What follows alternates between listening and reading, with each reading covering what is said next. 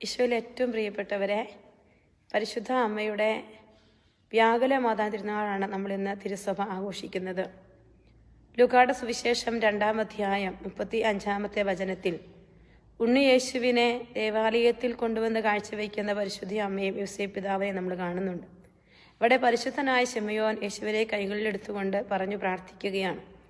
നിന്റെ ഹൃദയത്തിലൂടെ ഒരു വാൾ തുളച്ചു കയറപ്പെടും. 2-ാം അധ്യായം 35-ാമത്തെ വചനം. പരിശുദ്ധ അമ്മയുടെ ഹൃദയത്തിലൂടെ കടന്നു പോകുന്ന വലിയ വാള് തൻ്റെ പുത്രന് കുരിശുമരണത്തിൽ പെടഞ്ഞു മരിക്കുമ്പോൾ കുരിശിൽ ചുവട്ട് നിൽക്കുന്ന ഒരമ്മ അനുഭവിക്കുന്ന വലിയ വേദനയെ മുന്നേ കൂട്ടി പ്രവാചകൻ പ്രവചിക്കുകയായിരുന്നു.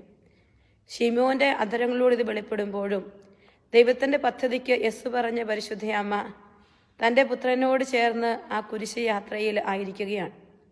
ആ അമ്മ തൻ്റെ ഹൃദയം ദൈവപിതാവിൻ്റെ ഇഷ്ടത്തിന് വേണ്ടി ചേർത്ത് വയ്ക്കുമ്പോൾ, ഹൃദയം കർത്താവിൻ്റെ തിരുഹൃദയത്തിന് ഏൽപ്പിച്ചു കൊടുക്കുമ്പോൾ ഹൃദയത്തിൽ പേറേണ്ട വേദനയെക്കുറിച്ച് കൂടി തിരിച്ചറിയുന്ന ഒരു സമയമായിരുന്നു അത്.